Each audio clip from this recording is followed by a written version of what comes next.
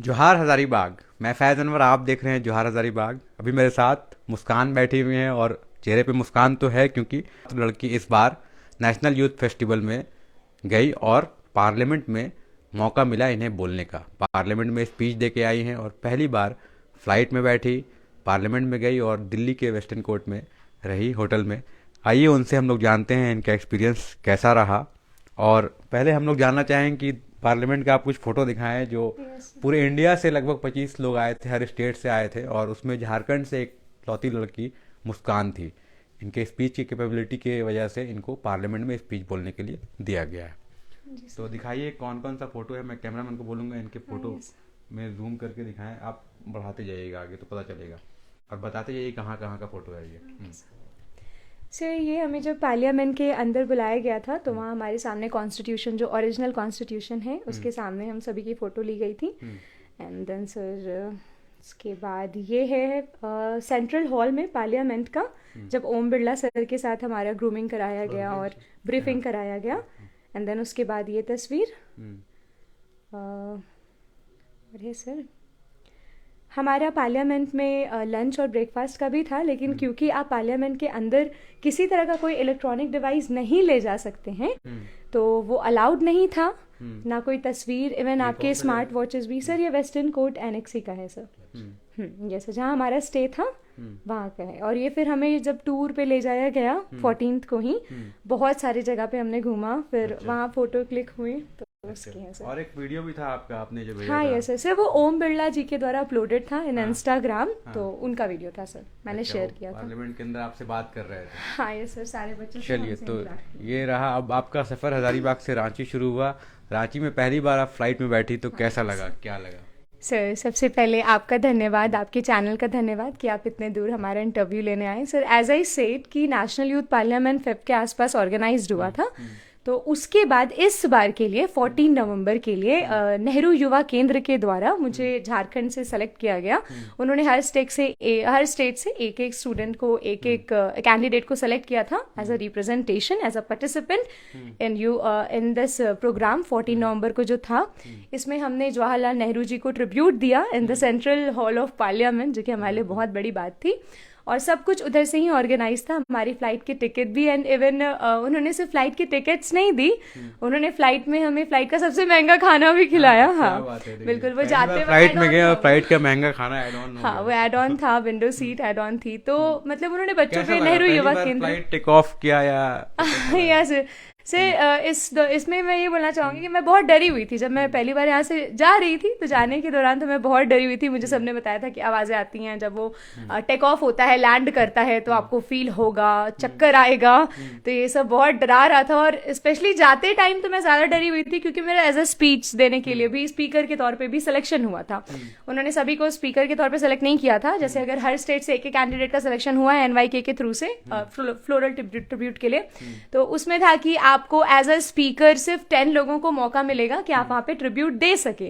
तो मेरा क्योंकि एज अ स्पीकर भी सिलेक्शन हुआ था तो मुझे वहां स्पीच भी देनी थी। तो आई वॉज सो स्केयर्ड कि एक दिन पहले की बात है, अगर तबियत बिगड़ता है और सब मेरे को जर्नी सूट नहीं करती, जर्नी के दौरान मेरा हालत थोड़ा खराब हो जाता है, तो बहुत डर लग रहा था कि इन केस अगर इतना बड़ा अपॉर्चुनिटी है, इतना बड़ा मौका है, तो अगर मिस होता है तो I will regret for my whole life कि इतना अच्छा मैं कर सकती थी, पर just because of my health condition नहीं कर पाई। तो ऐसा कुछ नहीं हुआ सर, विद देवी माँ ब्लेसिंग्स। ये मेरे लाइफ का पहला ऐसा सफर था जो मैंने बहुत एंजॉय किया। मुझे कोई फिजिकल, कोई मेंटल, कोई ऐसा प्रॉब्लम नहीं हुआ। मैं फ्लाइट पे भी नहीं हुआ आगे जाके एक बार भी नहीं सर। और मेरी हालत इतनी खराब होती है कि मैं अगर प्राइवेट कार पे भी सफर कर रही हूँ तो वहां डेस्टिनेशन पे पहुंचने के बाद मैं कंप्लीटली एकदम बेहोश हूँ ऑलमोस्ट। लोग उठा रहे, पानी भी नहीं पिला रहे, वो हालत मेरी हो जाती है जर्नी के बाद। ये जेनेटिक है सर। साइकोलॉजिकल था कि पार्लियामेंट पहुंचना है तो कुछ होना नहीं है। बिल्कुल साइकोलॉजिकल था, स्पिरिचुअल था कि बस सब कुछ अच्छा रहे, और सब कुछ बहुत अच्छा रहा। जाते वक्त तो मैंने उतना एंजॉय नहीं किया क्योंकि मैं डरी हुई थी, मैं बाहर देख ही नहीं रही थी कि वॉट इफ कि अगर चक्कर आता है, ऐसे आता है, तो थोड़ा बहुत कभी कभार ऐसे नजर उठा के देख रहा था कि क्या है क्या नहीं, बट एकदम कान वान में ईयरपॉड्स डाल के मतलब फोकस ही नहीं करना है उधर, बस पहुंच जाऊं ये था। लेकिन जब आने के दौरान, अभी तो आने के टाइम बात करेंगे। सेफली जब लैंड किया आपने, दिल्ली पहली बार आप जा रही थी, तो कैसा लग रहा था कि क्या करेंगे और कैसे जाएंगे? सर क्योंकि दिल्ली एयरपोर्ट बहुत बड़ा एयरपोर्ट है, मैंने सिर्फ सुना था, देखा भी नहीं था, और एयरपोर्ट के बारे में जानती भी नहीं थी कि कहाँ पे चेक इन होता है, कहाँ पर आपको लगेज जमा करना होता है, कोई आइडिया नहीं था इस बारे में। और जब दिल्ली पहुंची तो भैया वहाँ पे ऑलरेडी थे, अर्जुन भैया और नीरज भैया वहाँ पे थे, तो वो लोगों ने रिसीव किया। फिर था कि अच्छा ऐसे ऐसे सामान समझा दिया गया था मुझे फ़ोन पे कि आपको ऐसे ऐसे आना है एयरपोर्ट से, तो मैंने वो किया, मैं वो आई ऐसे ऐसे करके। लेकिन वहाँ इस दौरान मैं बहुत डर रही थी कि लगेज दे दूंगी तो फिर मिल जाएगा ना, क्योंकि आइडिया नहीं है कहाँ से रिसीव करना है। अच्छा। तो वो एक डर था मन में, बट फिर सब हो गया। जब बाहर निकली एयरपोर्ट के तो लगा कि चलो, मैंने बहुत बहुत सारे फाइट्स लड़े हैं इसमें। जैसे पार्लियामेंट में मुझे साड़ी पहननी थी, तो साड़ी से सबसे खूबसूरत ट्रेडिशनल वेयर हो सकता है किसी भी स्टेट का, लेकिन क्योंकि मुझे आती नहीं है पहनने तो बहुत उसमें भी एक डर था। वो भी मेरे लिए एक बैटल था, एक फाइट था जो मैंने बहुत अच्छे से लड़ लिया, वो भी बहुत अच्छे से हो गया। वहाँ पे जो मेरी फ्रेंड्स थी उन्होंने काफ़ी हेल्प की। तो कौन था, जैसे आप गए होटल में तो कौन मिला, आपका पार्टनर कौन था, अकेले रहे थे क्या? हाँ नहीं जी सर, हमें ऑप्शन मिलता है कि आप अपना रूम शेयर करना चाहें तो आप कर सकते हैं, क्योंकि सारे स्टेट से लोग आते हैं और सारे स्टेट के लोग बहुत अच्छे थे सर। मुझे तो पुरानी दिल्ली की ही एक कैंडिडेट मिली थी जिसके साथ मैंने रूम शेयर किया था। वो भी एक पार्टिसिपेंट? हाँ वो भी एक पार्टिसिपेंट, दिल्ली की तरफ से आई हुई थी। हर एक शहर से, हर एक जगह से, हर एक राज्य से आई सेट की एक कैंडिडेट था। तो वो पुरानी दिल्ली की थी, बेसिकली वो दिल्ली को रिप्रेजेंट कर रही थी, तो बहुत अच्छी थी। उन्होंने मतलब बेसिकली वो मेरी पर्सनल टूरिस्ट गाइड थी जो मुझे टूर के दौरान गाइड कर रही थी कि अच्छा यहाँ पे ये है, ऐसा है। तो वो बहुत हेल्पिंग हुआ सर। मैंने बहुत सारे बैटल्स लड़े, जैसे मैंने बताया कि जर्नी भी मेरे लिए एक बैटल के जैसी ही थी।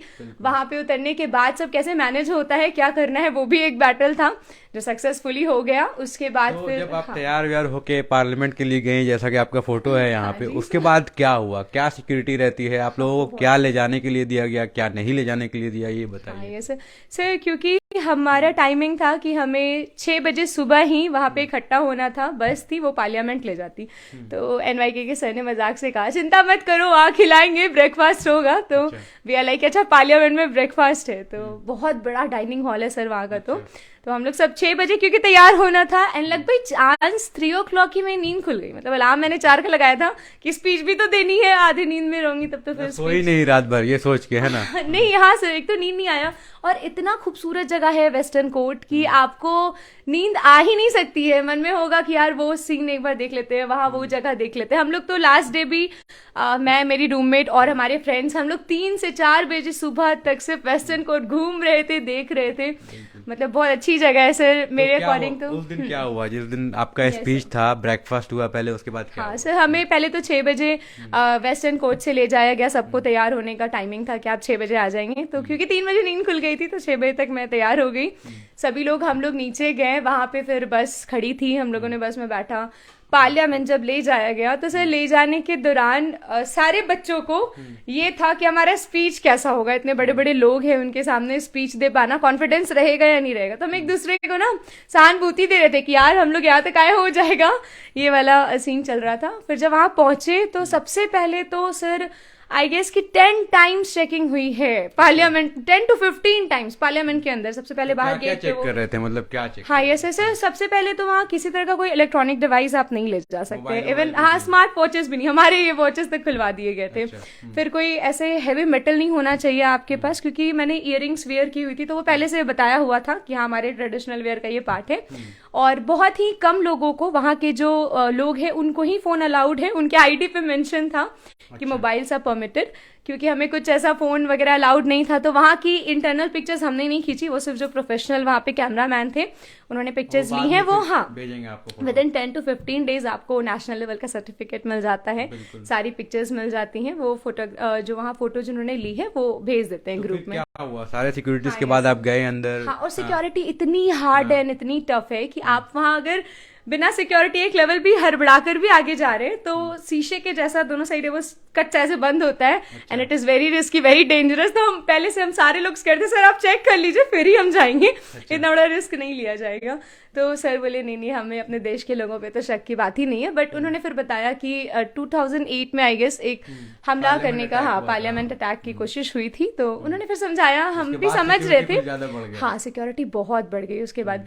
तो सर वहाँ जाने के बाद सबसे पहले तो हमें पार्लियामेंट की डाइनिंग हॉल में ही ले जाया गया, जो कि इतना बड़ा था कि हम लोग उसके छोर को ढूंढ रहे थे कि ये खाना लास्ट कहाँ तक है। मतलब कितने लोग आ जाते हैं? आप 25 लोग तो आराम से आ गए होंगे, उसके बाद कितने लोग आ रहे हैं? सर बहुत लोग आ सकते हैं, आई गेस वहाँ पे थाउजेंड्स लोग आराम से, हजारों हजार की भीड़ में वहां लोग इकट्ठा हो सकते हैं, काफी बड़ा डाइनिंग हॉल है। जितने एमपी एमएलए हैं सब एक साथ बैठ के खा सकते हैं, आराम से खा सकते हैं, वहाँ टेबल की भी वही व्यवस्था है सर, प्लस बहुत बड़ा है वो डाइनिंग हॉल, मुझे कहने की वहाँ की जरूरत इंडिया नहीं का है। सबसे बड़ा डाइनिंग हॉल हो सकता है। आई गेस हाँ, फॉर श्योर हो सकता है जैसा आप सर, बता हाँ रही हैं। बिल्कुल बिल्कुल हो सकता है सर। वो 543 है तो, वो बहुत बड़ा था। तो हमने जब ब्रेकफास्ट का भी ये हुआ ना, तो यहाँ पे हम उस तरीके से नहीं खाते कि हमें एक प्रॉपर हर एक चीजों को उसके अकॉर्डिंग उसके कप में और स्पून में लेना पड़ता है। तो जब डिनर तो हो गया, डिनर उतना हैवी नहीं था, वो लोग हम लोग समझ गए कैसे करना है, वो हम लोग हमारा हो गया। फिर जब खाना का था, जब हमारा हुआ कि लंच के लिए हम लोग सब लोग जा रहे हैं, तो लंच में बहुत सारे डिशेस थी, मतलब इतनी डिशेस कि हम सारे खा भी नहीं पाए,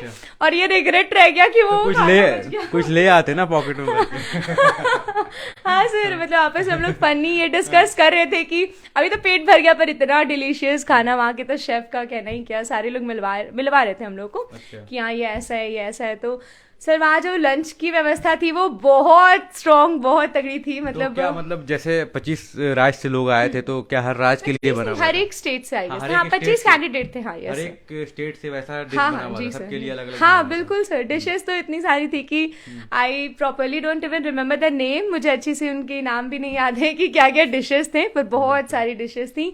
एंड वहाँ हर एक स्पेशल डिश के लिए हर एक स्पेशल उसका मतलब कप प्लेट या स्पून उसके अकॉर्डिंग था, जो कि हमें यहाँ तो वैसी आदत है नहीं, इवन किसी भी स्टेट में वैसे लोगों को आदत नहीं थी कि वैसे लंच करना है।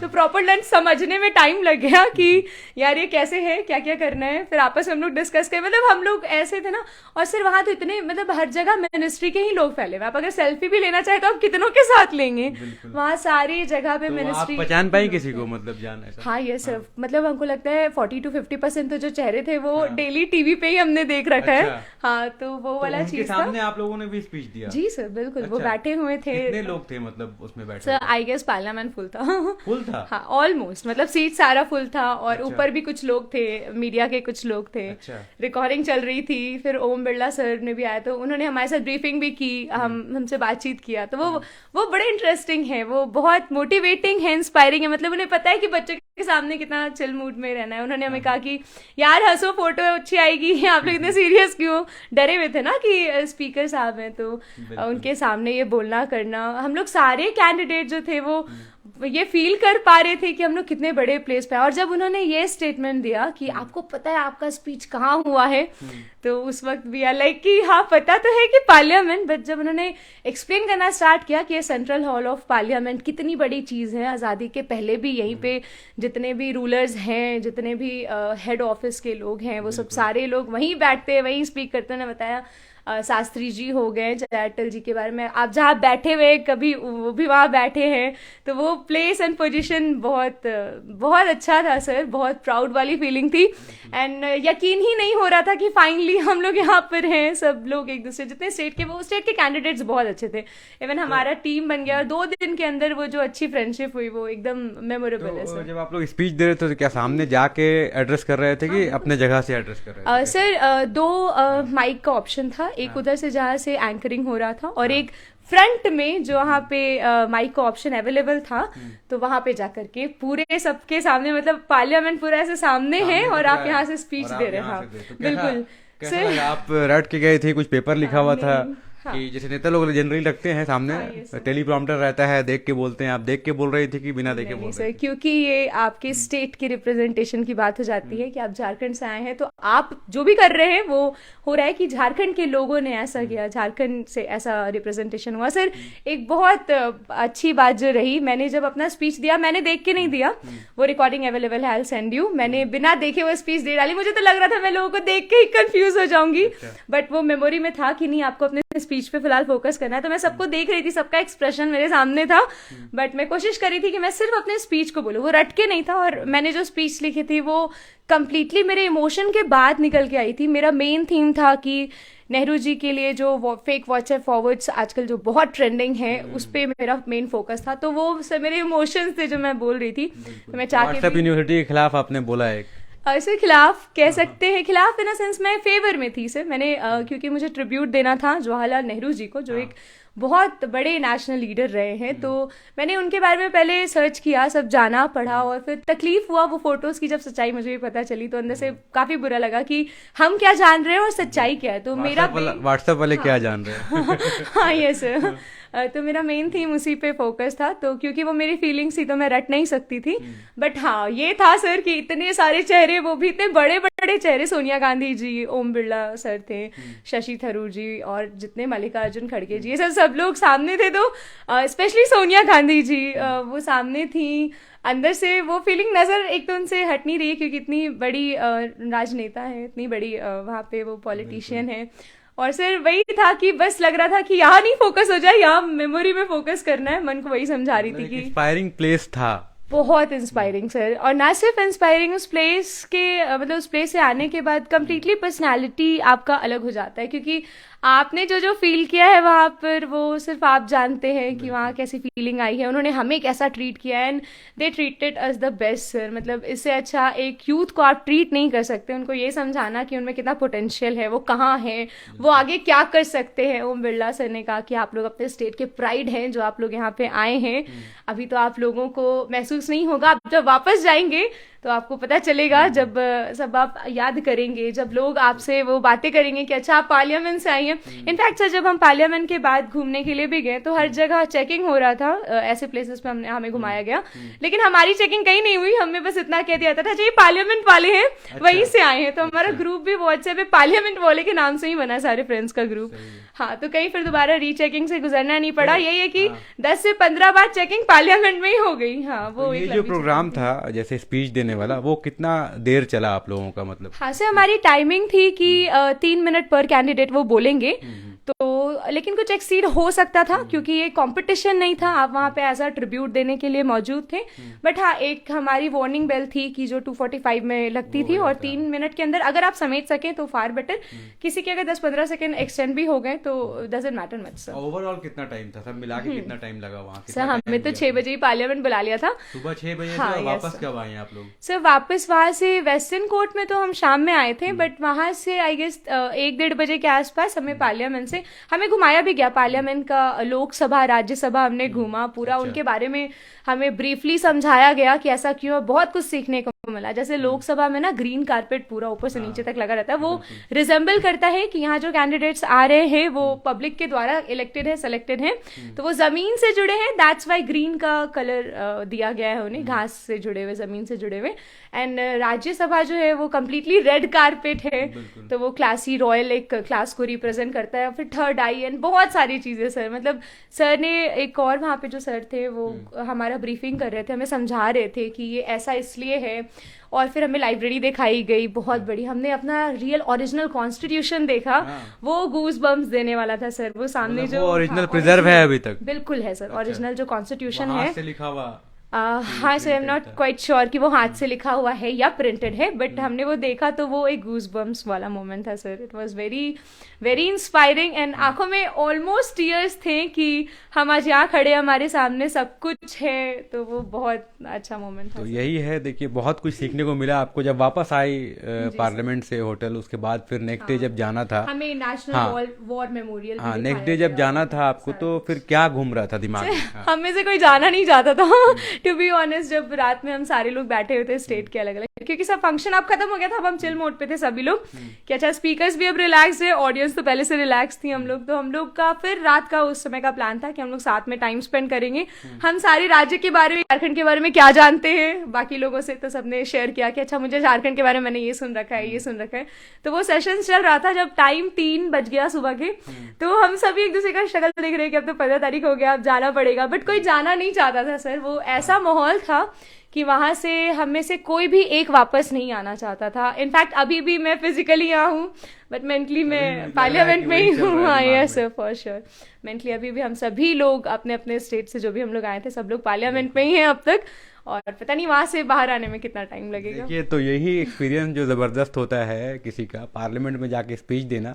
और एक बात बता दूं आपको कि मुस्कान का विधानसभा में भी सिलेक्शन हो गया। अब ये झारखंड के विधानसभा में जाके भी स्पीच देंगे, क्योंकि जो परफॉर्मेंस था इनका ओवरऑल, उससे हर डिस्ट्रिक्ट से एक लड़की जाती है विधानसभा देने के लिए, कोई भी कैंडिडेट जाता है जिसमें मुस्कान का सिलेक्शन हो गया, तो अब कैसा लग रहा है? विधानसभा में भी आप जाएंगी, पार्लियामेंट देख लिया, विधानसभा में भी हाँ जाएंगी? ये सर ये भी हमारे लिए उतना ही प्राउड फील करवा रहा है जितना हमें दिल्ली पार्लियामेंट जाने के वक्त हुआ था। आप सर तो ये काफी अलग एक्सपीरियंस रहेंगे आप तो, बोले सब तो हाँ देख के ये मैं आया, बड़ा वाला देख के आया, छोटा वाला में अब तो ऐसे हाँ रहेगा। नहीं सर बड़ा छोटा तो नहीं, मतलब दोनों, मैंने कहा ना कि मैं झारखंड की हूँ तो वहाँ की भी जो लेजिस्लेटिव असेंबली है मेरे लिए वो बहुत मायने रखती है। और सर मैंने आपको बताया कि मैं कहीं घूमी नहीं थी, और जब घूमी तो सब कुछ ही घूम लिया। पार्लियामेंट ही चला गया सीधे, हाँ है ना? घूमी तो सब कुछ ही घूम लिया वाला सीन। ये एक अलग कंपटीशन था सर। ये है जैसे वो था कि हमें नेहरू युवा केंद्र के थ्रू से एक प्लेटफॉर्म मिला था कि हम पार्लियामेंट जा सकते हैं। कंपटीशन के ही थ्रू हुआ था, पहले नेशनल यूथ लेवल वो नेशनल यूथ पार्लियामेंट वो था सर। ये है झारखंड यूथ पार्लियामेंट 2022, स्टेट अपने से ऑर्गेनाइज इसमें करवाते हैं। कैसे हाँ होता है सिलेक्शन? सर इसके भी फॉर्म आते हैं, ये डायरेक्टली आपका विधानसभा के द्वारा ही कंट्रोल्ड होता है, झारखंड राज्य के द्वारा ही कंट्रोल्ड होता है। वो फॉर्म निकालते हैं, आपका अगेन स्टेप्स वाइज सिलेक्शन होते चला आता है, आपको कंटेंट दिया जाता है। सबसे पहले तो ये लोग आपसे आपका राइटिंग मांगते हैं ना कि आपने क्या लिखा है, उसके बेसिस पे सिलेक्शन होगा। देन फिर स्क्रीनिंग प्रोसेस होगा जिसमें आई गेस स्पीकर सर भी थे एज एन जज पैनल का वो हिस्सा थे। तो सर ये झारखंड यूथ पार्लियामेंट है जो हर एक जिले से, हर एक डिस्ट्रिक्ट से एक स्टूडेंट को, एक कैंडिडेट को सेलेक्ट करता है, एंड देन फिर उसको मौका मिलता है कि वो झारखंड के एडमिनिस्ट्रेशन के बीच जाए, तो वहां अब समझे, उसमें विधानसभा में डिबेट कंपटीशन इसमें कराए। अभी सबसे अलग आप क्या शेयर कर लेंगे उन लोगों के साथ जो नए लोग आएंगे, उनके साथ आप ये शेयर करेंगे कि आप पार्लियामेंट गए हैं? तो जो नए 24 लोग आएंगे उनको ये फायदा होगा कि मुस्कान उनके साथ रहेंगी, जो एक लौती कैंडिडेट है जो पार्लियामेंट घूम के आई है। तो ये एक बड़ा टेक है आज के इंटरव्यू का। और हम लोग मुस्कान के साथ, हाँ बोलिए क्या सर बोल- झारखंड में बहुत टैलेंट है, मेरे पहले भी लोग गए हैं, मेरे बाद भी लोग जाएंगे, तो झारखंड का युवा बहुत ऊर्जावान है। तो हम ये जो सीरीज चली है वो चलती रहेगी सर ऑलवेज। तो मुस्कान से हम लोग ये जान रहे थे कि कैसा उनका एक्सपीरियंस था, क्योंकि फ्लाइट में पहली बार बैठी थी, पार्लियामेंट गई और पार्लियामेंट में कैसा एक्सपीरियंस हुआ, वहाँ नेताओं के सामने स्पीच दिया, इंडियन कॉन्स्टिट्यूशन का जो किताब है वो देखा, उसके बाद बहुत सारी चीज़ें हैं, बहुत सारी चीज़ें जो लेके आई है, जो मुस्कान ने साझा किया। जाते जाते आपको मैं दिखाता हूँ इनके साथ, अब तस्वीरें दिखाते हैं जाते जाते। वो वाली तस्वीर जो आपके कैमरा में है, जो पार्लियामेंट में है, बाकी तस्वीर ये जो आएगा फ़ोटो खींच के कुछ प्रोसेस होता है। बिल्कुल, मैं share लेकिन अभी जो आप दिखा दीजिए हमारे दर्शकों की कैसा एक्सपीरियंस रहा, कि इन लोगों के साथ थे आप। शुरू में भी हमने दिखाया था, लेकिन सर, ये एक बार फोटो और, हमारे हाँ लिए काफी स्पेशल है क्योंकि ये सेंट्रल हॉल ऑफ मतलब पार्लियामेंट का जो सेंट्रल हॉल है वहाँ की तस्वीरें, ओम बिरला सर हमारे साथ में है। बिल्कुल। और इसके पीछे जो तस्वीरें लगी हुई है हमारे नेशनल हीरोज की सर, अच्छा। वो बहुत इंस्पायरिंग है। जब उन तस्वीरों को देखते हैं तो वो इतनी अलाइव लगती है, इतनी जीवित लगती है कि आपको बहुत अंदर से मोटिवेशन आ रहा होता है कि इन्होंने देश के लिए कितना कुछ करा है, आप कितना कुछ कर सकते हैं। बिल्कुल। जी सर। तो यही है मुस्कान पार्लियामेंट के सामने झारखंड के ट्रेडिशनल ड्रेस में साड़ी पहनकर झारखंड को रिप्रेजेंट करते झारखंड हैं को रिप्रेजेंट कर रही हैं। और ये मेरा मुस्कान कुमार सौभाग्य सिन्हा। था कि झारखंड का इतना खूबसूरत ट्रेडिशनल ड्रेस मैं पहन पाई, and I was feeling very happy after wearing this. बहुत बहुत धन्यवाद मेरे सहयोगी तमीम फैजी के साथ। जोहार हजारीबाग। जोहार सर।